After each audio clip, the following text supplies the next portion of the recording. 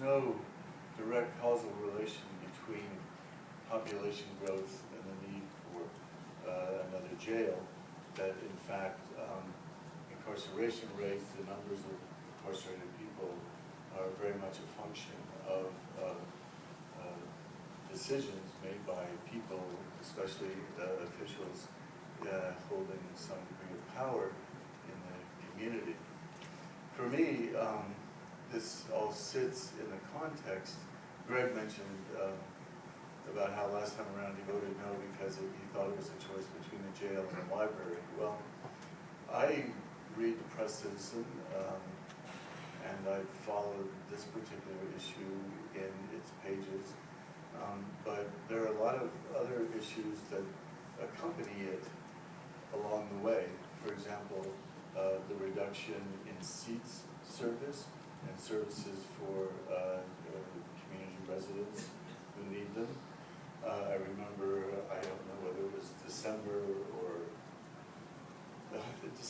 November last year, maybe, there was a big front page on the Press Citizen about how something like 1 in 5 or 1 in 6 kids in Iowa City lives in poverty, and this is related to the diversity initiative, which some may feel is unrelated to the jail issue, but I don't feel that way because I think they're interconnected socially for quite obvious reasons.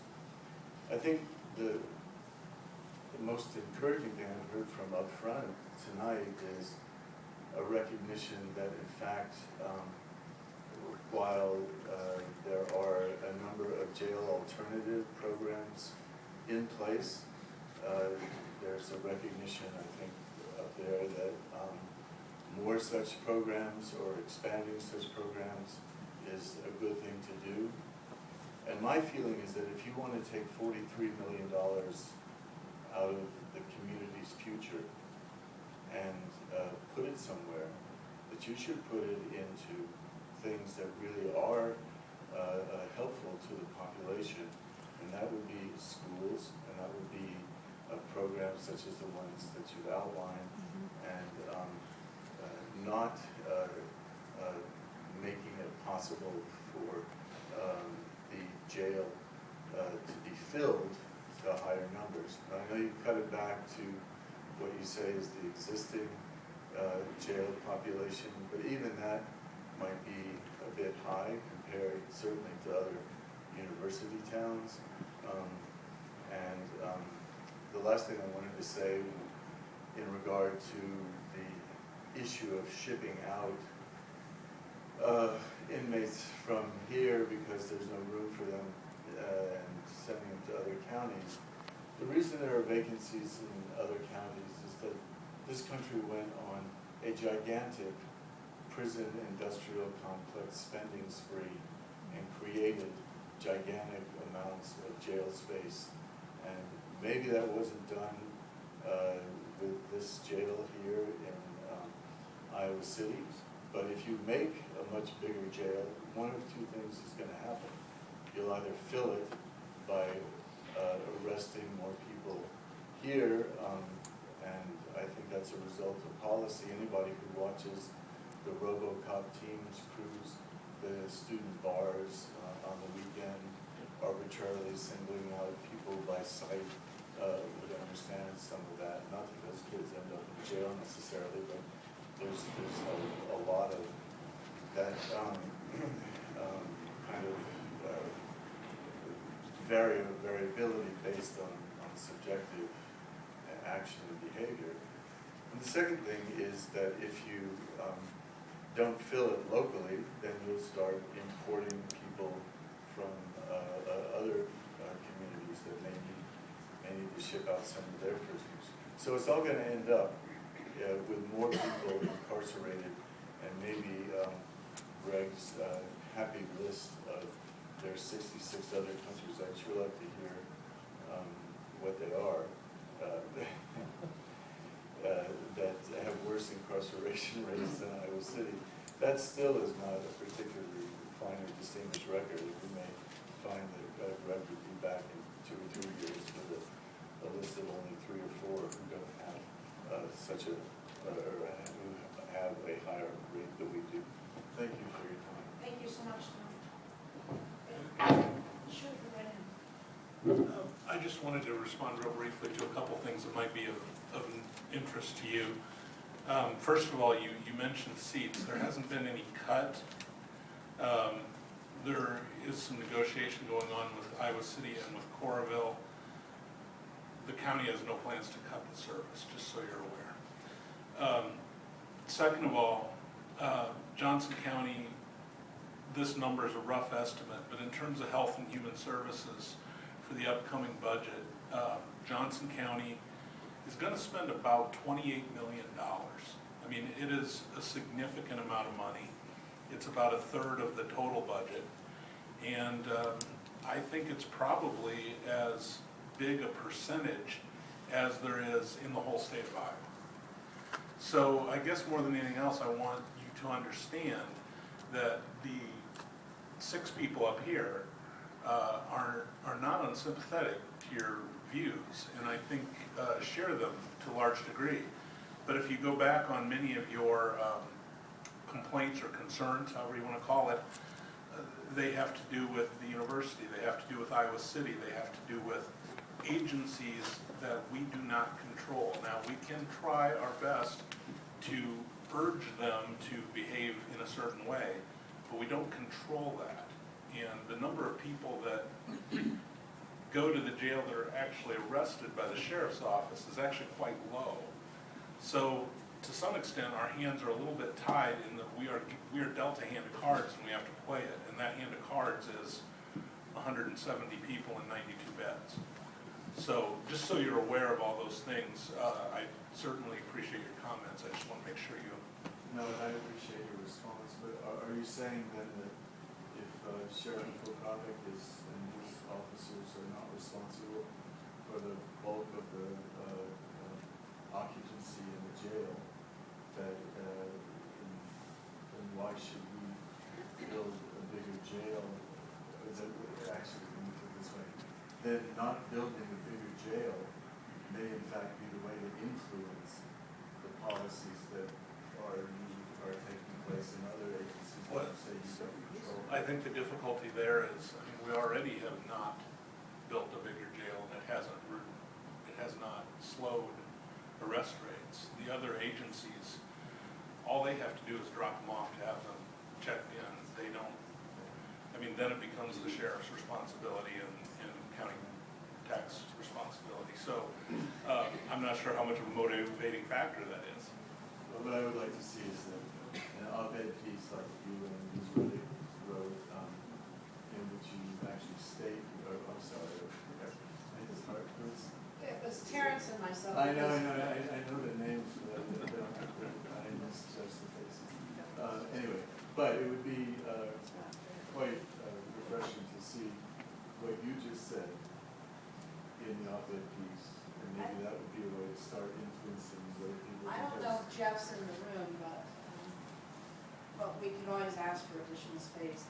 The board has spent significant time with Janet and Lonnie on education and therapy and jail alternatives and case expediting and how we move inmates along quicker, how we get them rehabbed, how we address recidivism rates. But space is driving all of that, unfortunately.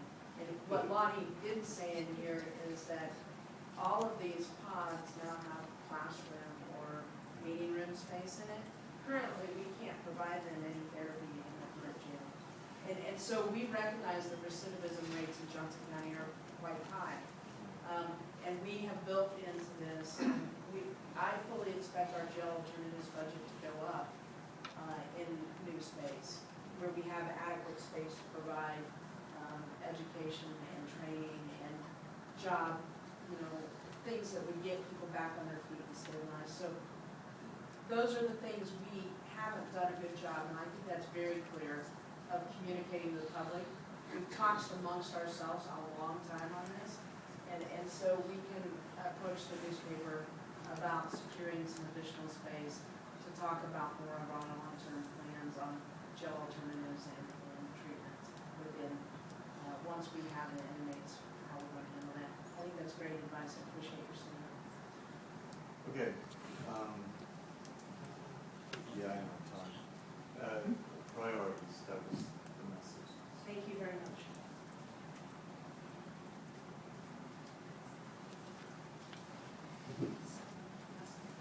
Yeah, did you, Tom, did you sign in with you? Yeah, I signed, Perfect. Tom, another thing I wanted to mention was that actually Muscatine County actually built their jail here within the last, a big expansion within the last 3 years. So they could take more prisoners, become a province for them, and they provide space for other areas. So I think that's one area that has changed. And another area that I don't think most people understand, the University of Iowa has started a police department as well. Sworn officers are actually out patrolling. And by state law, we are required to take state prisoners, whether it's a state patrol or whether it's university or any of those. We are not required to take the city one. We would force them to have a jail. Then we would have to pay for it by a court case that would take place in Iowa. So that would be doubling your costs or even tripling the services within the cities versus county providing that space. Thank you, the floor is yours. I'm Mimi McCarriger, Coralville. I've lived in Iowa City for well over 40 years, lived in Coralville for a total of about 50 years. I know that this community, which I love living in, obviously, because I've been here so long, has a history of what I call tapering and researching things almost to death. And I believe that this concern has been researched for almost 12 years, is my understanding. I'm here to speak more on a personal level about my concern about the safety and security of the courthouse. I think the issues of incarceration should continue to be addressed, and mental health issues. There's after the design of the building. I know when it was first shown to me, I didn't like it, the first design. I like the second one much better. But I think if you ask 12 people or 50 people, you're going to get that many different opinions about it. I don't particularly care for the sweaters on the trees downtown. Everybody has their personal opinion about design, right? I didn't like the first design either. I just figured I wasn't cool. And there have been numerous buildings that have been constructed in our community that I have not particularly cared for. But I think that this is truly an issue of safety and security. And on a personal note, because my husband frequents the courthouse almost on a daily basis, I continue to worry about him. My concern has increased greatly over the past several years. And for those of you who have lived here a long time, I'm sure you haven't forgotten the shooting that we had on campus many years ago. Our community is not immune to it, especially with the increase in violence that we've most recently seen. Being a lawyer, his life has been threatened on more than one occasion. It is an extremely volatile environment and situation at the courthouse. Some people can say, well, why not have metal detectors at convenience stores? We're already talking about putting them in the schools now. This is an extremely volatile situation in which these people are working. I can't believe that we don't have metal detectors, let alone a sprinkler system in the building.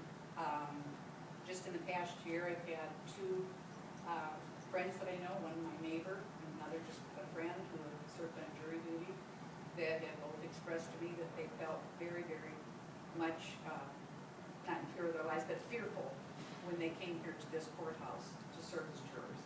And I think that's sad. I'm so proud of our community and what we do. And I think that that's sad that we've come to this state of affairs. I'm more concerned about the safety and security issue than I am about the design of the building. I'm more concerned about it than the money. I don't think you can put the price on somebody's life. If someone comes into this courthouse and opens up, whoever. It's frightening. I find it extremely frightening, and more so over time. the present jailhouse that we're building, facility that we have now, my understanding is that, we're in this situation with a shortage now of, beds or whatever, because the community did decide to cut costs. That the structure cannot be built up on. They wanted to cut costs, save money. We all want to save money. And everything's expensive. But because of that, we're now in this situation. And now we're spending over $1 million a year to take prisoners from our county and transport them to other counties. It just doesn't make sense to me. You know, that we're wasting, I mean, if people are really concerned about the money, we're wasting over $1 million a year doing that. It's too bad. And like somebody else was saying, we have to look to the future. We have to be looking at least, this courthouse is over 100 years old. We have to be looking at least 50 years out. And with an increase in population, you are going to have an increase in crime, unfortunately. So,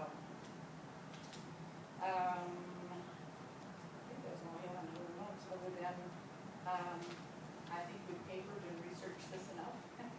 If people want to continue to tweak the design, I think that's fine.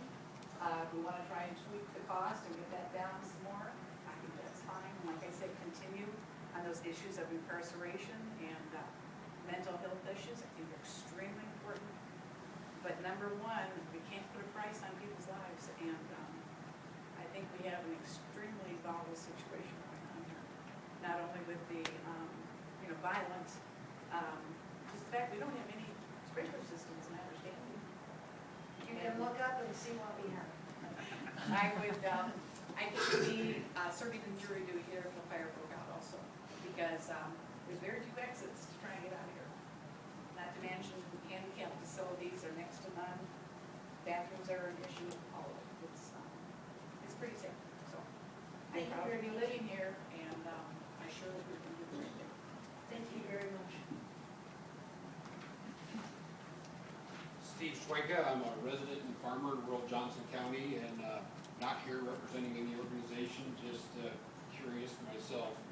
First thing I'd like to ask, and I have several things, so should I just blurt them all out? Or You bet. stop? Okay, first thing, just like a little redirection on, we keep hearing about how it costs about $3,500 a day, or 1 point whatever million it is, to send prisoners out of county. Well, we're not factoring in the fact that there is also a cost to keeping those prisoners here, probably close to 85 or 90% of that total amount. And then one other thing we haven't heard about is if we build a new facility or pay interest on it, it's probably actually cheaper to send them out of county than to have the in-house cost plus the interest on the new building. And we keep hearing that 1 point whatever million it is. Sounds really good, but that's not quite the whole picture. Then the second thing, and I've had the opportunity to talk to Kevin last fall and Lonnie not all that long ago, really done a good job. Sure. We think we should Maybe we address should your take one at a questions time. as you Okay, go. that's fine. I could try and sheriff jump in here if I get it wrong. The 1.3, Steve, is the transport cost, and I think what we're working on is that essentially you can keep people here for roughly the same amount that you pay to keep people there. The issue is just that you save the cost of the transport. I kind of view it as, so you've got some, you're right, you've got some savings, it's not nearly the 1.3, but I view it as sort of like you've got renting versus a mortgage. And when the two are about the same, people usually choose to buy, because then you're in control of your own destiny.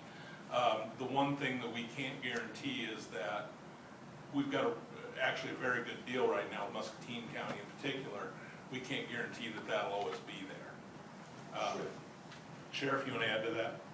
Yeah, we're in a great situation right now, but it's been cyclical, because when I took office, we actually, at any given time, had inmates in 6 or 7 different locations. And so you're talking about, right now, there's 2 staff members that basically, so if you take 2 full-time staff members, 80 hours a week, they don't do anything but work on the logistics of managing the inmates and where they are, where they need to be, and so on. And that's something that you wouldn't have to worry about if they're all housed in county. Professor Neff in fiscal year '07 or '08, I believe it was, did a very, very in-depth study that had we not had him, had we paid a CPA to do a cost analysis of what it costs to house inmates in county versus out of county, a CPA told us it was going to be $20,000 to $30,000. Okay, so but out of that year, what he determined was to house an inmate out of county was about $74 and some change out of county, and $64 and some change in our county. Now, one of the ways where you can drive down that cost is eliminate the transportation, and by having a more efficient design where you're managing more people with less staff. And I don't mean by laying off staff, I mean that we take, as I talked about before, take the current staff that runs the current facility right now, can move into this facility, and all of a sudden, instead of managing 80 inmates, you can automatically, that same staff is managing 160 inmates. Well, that will drive down your average cost per inmate as well because of the efficiency. Tony, can you explain, for those who haven't been at the jail, the linear design and we're one of the last jails built out there? Yeah, I sort of touched on that earlier. The linear design, basically you're talking about a large rectangle. So our staff has to check on the inmates a minimum of twice an hour. And so they have to go out and they walk around a large rectangle, basically, that's on the interior of the building, and they look towards, if you ever walked around the sheriff's office, you've seen the windows up above. So they're looking from the inside of the jail towards those windows, but they look through a little porthole. So the inmates also know that they're coming, but because they hear the portholes open and close. So anyway, that inefficiency of having to walk around all the way around the jail, look through all those portholes each time, rather than with a new efficient design, you actually have a staff member that's looking into multiple pods at the same time and can see the inmates. The inmates know that they're there, which also changes behavior. So what happens is the newer design jails actually have less behavioral issues than we say we have in the current jail. Steve, we hijacked your time, but Andy's not counting it against you. Oh, okay, well, the other two I think will go pretty quick. Got to visit with Kevin last fall a little bit and got to talk to Lonnie not so long ago. Kind of put my concerns to rest, but I hope you can address or speak to the fact that there's a misconception out in the county that you guys want to spend 46 point whatever $1 million because we have a bunch of kids at football games that are getting out of hand. Could you just, there's a big misconception that we don't want to spend that kind of money just to calm those kids down at football games. There's a reason we brought Lonnie along. Yeah, what we look at is, we have no other choice but to look at the data. So we understand that on 7 weekends a year, that the population of the jail and the population of the city balloons. And so we have to plan for that. So on those given weekends in the past, what we've had to do is, if we have, let's say we have 70 people housed out of jail, out of county, and all of a sudden that home football game comes, we would end up having to send another additional on top of that, another 20 to 30 out on Friday, and then go back and get them Sunday. So that's where those home games really affect us, and the ability to have that influx and outflux in a larger facility will be a benefit. Now, when we look at the data that we have used, our average daily population has actually, over the last couple of years, decreased some from, I may have these years mixed up, but I think from FY10 it was 162 point something, and in FY11 it went down to 156 something. So the majority of that is because of the jail alternatives that the Board of Supervisors, and Jan and I have worked with them on to invest in, to make sure that we're doing as many address all the efficient issues that we can within reason, within the space that we have, which is where we're really limited. So basically, we're sizing it based on the data, based on our average daily population. Now, I know I've said this before, but I'll tell you again, Steve, is that when we looked at the original sizing, we looked from 1983 to 2012 by fiscal year. And our average daily population grew by 4.4 inmates per year. From 1983 to 2012, that's a long period of time, folks, to count data. So growing by 4.4, if you do the math and you went to the start of the 2012 number and took that out to 2032, which was, we talked about a 20-year bond, that number would be 244. That's how we came up with that number. But that number, that 243 that we planned on didn't pass, so we've tried to address the issues of not overbuilding so that it doesn't look like we're we want to address the concerns of those. If you build it, they'll arrest and they'll fill it. And so we've scaled it back. But if we open today, we may have 20 to 30 spots open is all. And it's possible, this thing wouldn't get built for 3 years. It's possible when we open, we'd be at or near that. But what we're hoping at is if we do open, then we have a little bit of capacity. But it's strictly data driven. Lonnie, how long is a drunk football fan in jail? It doesn't matter if it's a football game or other game, or non-weekends. Somebody that's charged with alcohol offenses, unless they live out of state, if it's an OWI, they come in at night, they leave the next morning. The people that plug up the jail are the ones that end up staying for a week or greater and are charged with a very serious offense. Those are the ones that are really making us bulge at the Sir, surge. just to put this issue completely to bed, are these football game kids influencing the need of a bigger jail? No, in my opinion, no, they're not. Okay. No, we can manage that inflow and outflow easily. It's the number, simply the number of our population of inmates. Then the final thing I had is, as I saw these numbers, the first time this issue was on the ballot, I think it was something like 22, the tax burden would be approximately $22 per $100,000 residential valuation. Do you have any kind of numbers, what the tax implications would be like on an acre of farmland, like an average valuation acre of farmland in Johnson County? I was trying to figure that out today, Steve, when we were with the assessor, and this is going to be really, really rough. But maybe $3 per 100,000 On farm ground? on farm ground, Okay, and that's really, really rough. sure, I understand. Okay. Thank you for your time. I just have one more thing. Janelle, I really, really liked your idea about selling the property over here and getting it back on the tax roll. But selling to the university is not going to accomplish that goal. I know, but if they're willing to pay a premium, I could reconsider. That's why I was hedging my bets here. The premium is the issue. Okay. Thank you, folks. Thanks, Steve. Hi there, my name is Shane Murray. I'm a Johnson County resident within Silverado. I lived in this area for approximately almost 20 years. To touch on the safety and security, the safety and security not only of the inmates, first I have to, everything this county is doing, I believe that the board in front of us and the deputies that work for them are the epitome of compassion and have the right attitudes towards the inmates. And the bigger concern is even the safety of the guys doing the work. Statistics are great. I've heard some great stats today I've never heard before, comparing us to other countries.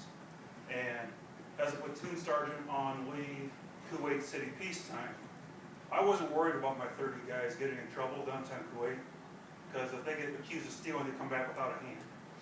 I think we're a little nicer than they are in some other countries as well. So we keep getting compared unfavorably. Maybe we need to look at some things we're doing good.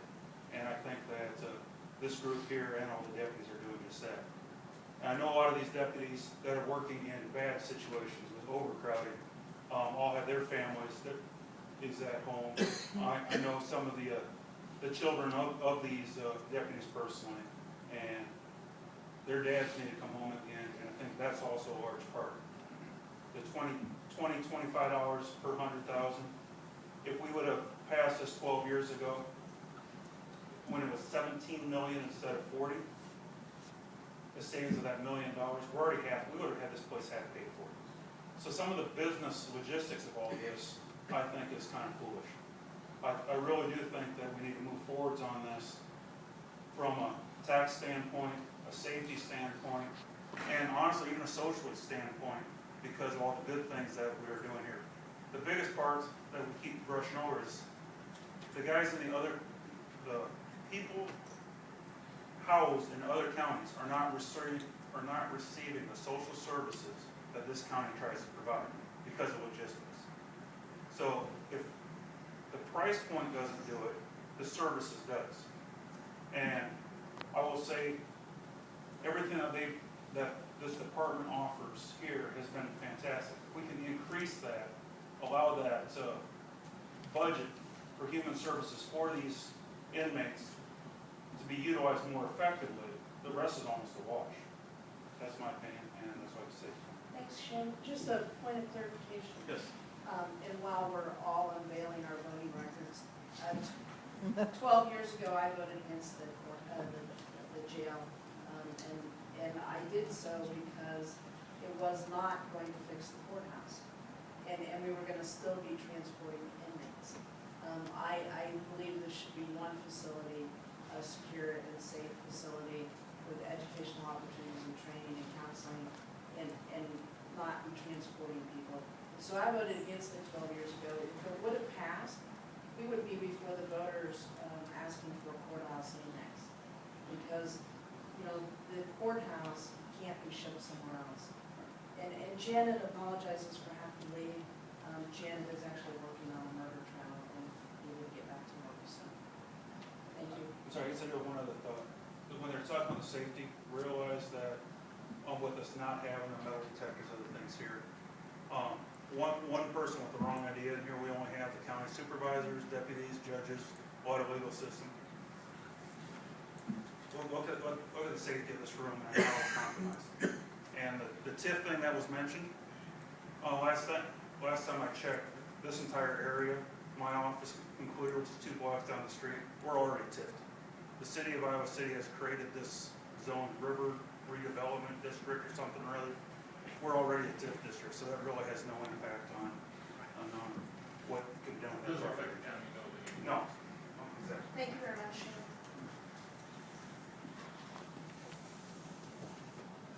And now we're going to get notes from a computer. I love all the technology.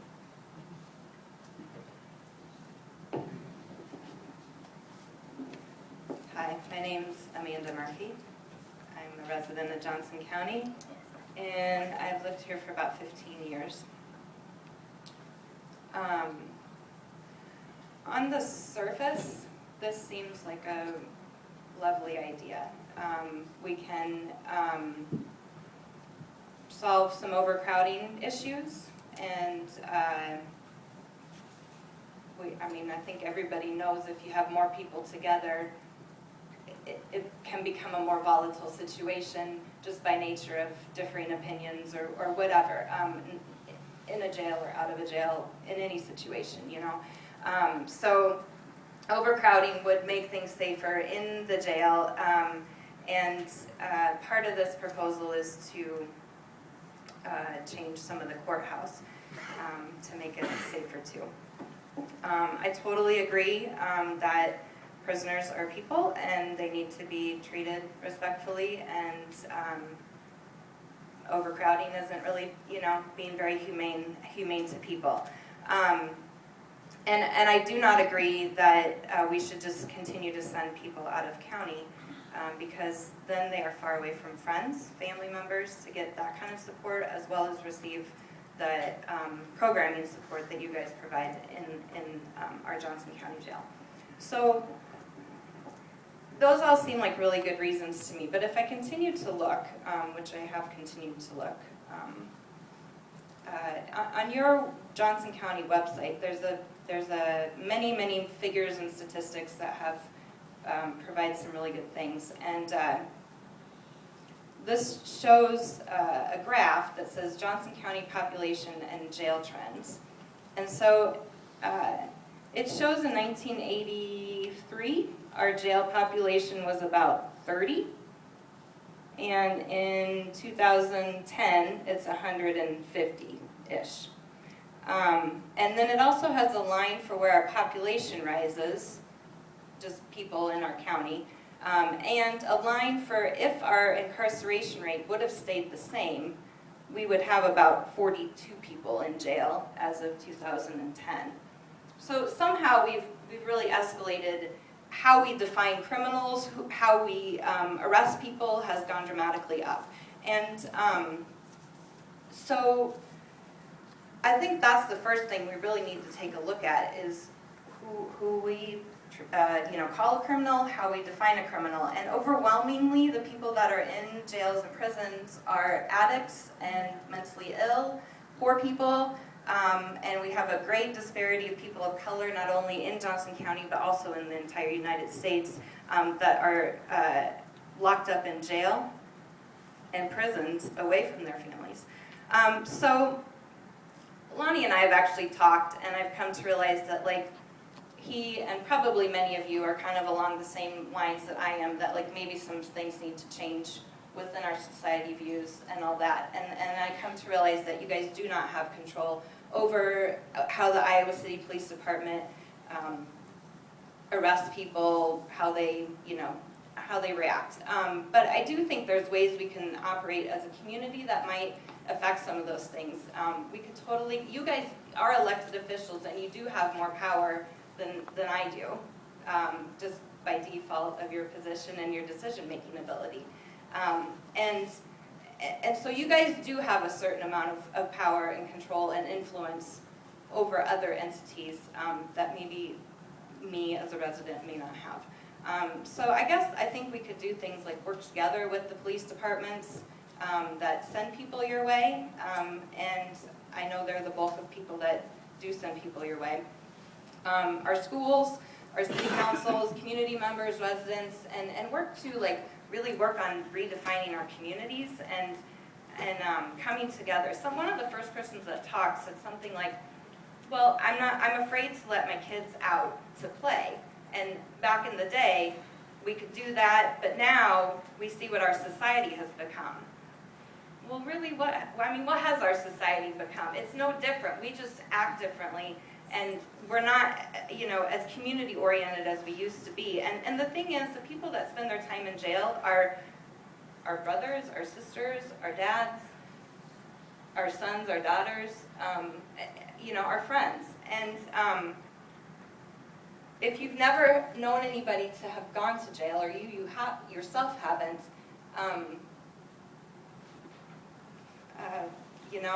that's great, but that's not the reality of many, many people in our community and around the United States. And so I really would like an overhaul of our entire prison industrial complex, but I realize that we're in Johnson County, we've got limited things we can do, and so I would encourage you guys to look at things like looking at the fact that 60% of the people that sit in Johnson County Jail are on pre-trial, and because they don't have enough money to bail themselves out of the same crime that somebody with money has, they have to sit in jail for however long. So I think more courtrooms will expedite that, but we can also do things like pre-trial release. There's many, many counties, I'm on time, sorry, that are doing things, and there's things like Santa Cruz County in California, they're also a university town, Lane County, Oregon, Broward County, Florida, Texas, New York. There's a ton of counties that are doing things that are reducing their pretrial population, and another 20% are people that are on probation or parole violations sitting. So 80% of the people that generally sit in Johnson County Jail have either not been convicted of a crime or they have violated a conviction agreement. And that to me is a real problem, and that speaks to the nature of our community locking up people that don't have enough money to have other resources available to them. Thank you so much. I would like to just respond briefly. What happened in the 80s was Ronald Reagan and a conservative revolution that decided to change laws in this country and incarcerate more people. What happened in the last decade is everybody needs their own assault weapon and arsenal. And I have opposed that over and over again. I hate building jail smells. But I will tell you that this is, in my opinion, a very unsafe and inhumane way to treat inmates. And I don't control state or federal law. And we were joking earlier about who was gonna run for United States Senate, because there'll be an opening. I'll tell you, if I had control over the laws in this country, there would be a lot of those criminal laws that would be gone. But we have done some of the things you suggested. We hired Janet, another county attorney, last year, and we put them in a closet with 2 people. Janet needs and can easily justify more attorneys.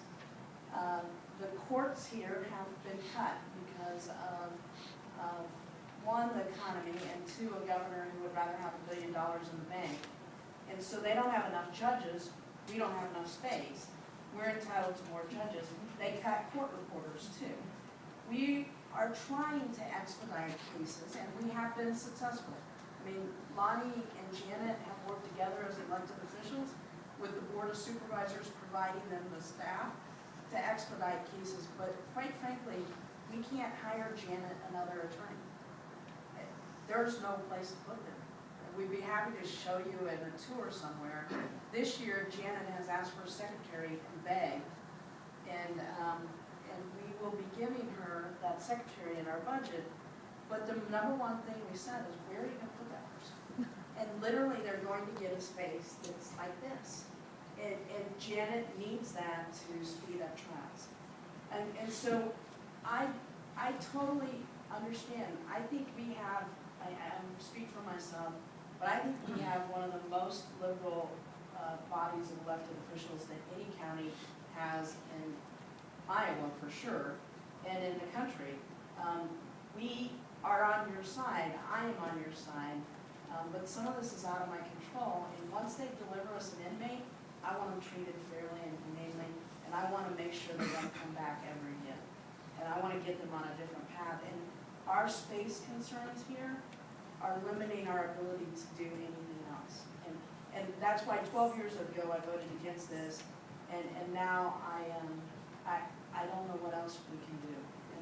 And so I think I'm on your side. Everything you said I agree with, and that's just my personal play on where we are. So thank you. Yeah. And make sure everyone signs in wherever that chart is. Do we have the chart? Oh, thank you. Hi, my name is Martha Campbell. I'm from the Political Action Committee, Vote No on New Jail, who defeated the proposed jail and courthouse combination with pocket change and 6 weeks of campaigning. We have a website called votenonewjail.org. I encourage everyone to visit that website. We have letter after letter after letter of very good reasons to oppose the quote Justice Center. And I hope people visit and read those letters. I also wanted to state, this is not everyone's opinion from our organization, but my opinion. I'm standing in a room with my back to several people who did not enter the courthouse through a metal detector, and I feel very safe. Although I'm not very affected by fear-mongering, so maybe that's the difference. But please visit our website, votenonewjail.org. Thanks. Thank you, Martha. Hi, I'm Joni Kinsey, and I'm actually here not in my professional position here as a citizen, but at the same time, by way of my profession, I'm very interested in the design of the building. And I'm not here to talk about the pros and cons of the jail itself, or the facility, or the need for it. But I voted no for the current proposal, or the recent proposal, in part because I feel that this does a tremendous disservice to this structure and this historic building, which is a real landmark in town. And while that might seem extremely inconsequential in contrast to the the serious and real societal issues that have been discussed tonight, I do think that there's also a historical perspective that relates to the construction of any government building. And we just simply like to have that addressed in, I hope, a different design. I'm actually not talking about the interior at all, or the needs addressed, but the exterior, I wish could be much more sensitive to the historic profile of this building, and I'm really not talking about building a second Victorian courthouse next to this, but something in a modern idiom that would, in some way, much more sensitively fit in with the historic structure. As it currently stands, it looks like a very undistinguished and extremely unappealing block. Even with a slight redesign with a little more rock on it, I just think that this is still extremely unappealing. And it's not only a matter of just design and aesthetics, but I think it goes to the heart of what this building was built as originally. I actually wrote an article on this type of structure some years ago. I teach in the art and art history department at the University of Iowa. I'm a professor of American art and architecture. And this building was built by, designed by an architect named A.W. Rush, who is not particularly well known today, but he was very much a student of, if not literally, then certainly in terms of his design here, of a much more prominent architect named Henry Hudson Richardson. And Richardson's designs, most notably, the origin for this structure, modified certainly in this structure, had its origins in a similar kind of building, the Allegheny County Courthouse and Jail in Pittsburgh. That is a much bigger building, much more monumental, but smaller versions, and actually larger versions in different places, were built all over the country and all over especially the Midwest at a very formative time in this, not only country's development, but certainly this region's development. These massive limestone structures with their heavy, heavy blocks and their beautiful decorative detailing were some of the first really monumental buildings that a lot of Midwestern towns built. They were built with the sense of history and the future in mind. There's a wonderful newspaper article on the wall over there, which briefly at least talks about the design, in which they are very proud of this building, and they mention the ways that the citizens of this community came together in about 1900 and it very specifically says, didn't go for the cheap. It went for the design that was one of the last and something they could be proud of. And I think that we need to honor that original intent with an addition or an adjunct building that will do equal service, not just in its functional capacity, but in its aesthetic characteristics that can inspire and service, not just the people who work in it, but the rest of us that walk by it every day, and that can make a real contribution in a positive sense, maybe in some way, very small maybe, ameliorating the pain that we must face when we deal with the unfortunate nature of the people that have to be in the justice system, in providing a building that we can all be proud of. So I would encourage you to find an architect, or at least instruct the architect you're dealing with, to do a little bit of research into the designs of Henry Hudson, H.H. Richardson, and A.W. Rush, and what's known as the Victorian, the Richardsonian Romanesque revival style of the late 19th century. There are hundreds of examples around the country, and I can certainly be happy to provide you with some of them, that could much more sensitively create a structure